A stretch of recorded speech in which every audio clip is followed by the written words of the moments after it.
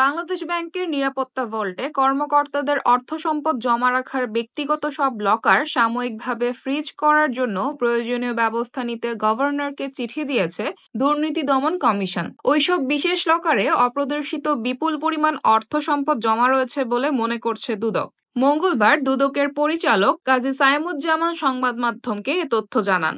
জানা গেছে, রবিবার কেন্দ্রীয় ব্যাংকের গভর্নরের কাছে এ সংক্রান্ত একটি চিঠি পাঠিয়েছেন দুদক পরিচালক। বাংলাদেশ ব্যাংকের গভর্নরকে দেওয়া চিঠিতে বলা হয়, গত ২৬ জানুয়ারি আদালতের অনুমতি নিয়ে একজন ম্যাজিস্ট্রেটের উপস্থিতিতে অনুসন্ধানের উদ্দেশ্যে গঠিত দুর্নীতি দমন কমিশনের টিম বাংলাদেশ ব্যাংকের কয়েন ভল্টে রক্ষিত অভিযোগ সংশ্লিষ্ট সাবেক ডেপুটি গভর্নর শীতাংশু কুমার সুর চৌধুরীর সেফ ডিপোজিট তল্লাশি করে। বাংলাদেশ ব্যাংকের ভল্টে তার জমা করা ৩টি সিলগালা কৌটা খুলে ৫৫,০০০ ইউরো, ১,৬৯,৩০০ মার্কিন ডলার, ১,০০৫.৪ গ্রাম স্বর্ণ ও ৭০ লাখ টাকার এফডিআর পাওয়া গেছে, যা তার নিয়মিত আয়কর রিটার্নে উল্লেখ করা হয়নি। তল্লাশিকালে রেজিস্ট্রার পরীক্ষা করে দেখা যায়, সেখানে বাংলাদেশ ব্যাংকের অন্য কিছু কর্মকর্তাও সিলগালা করে সেফ ডিপোজিট রেখেছেন।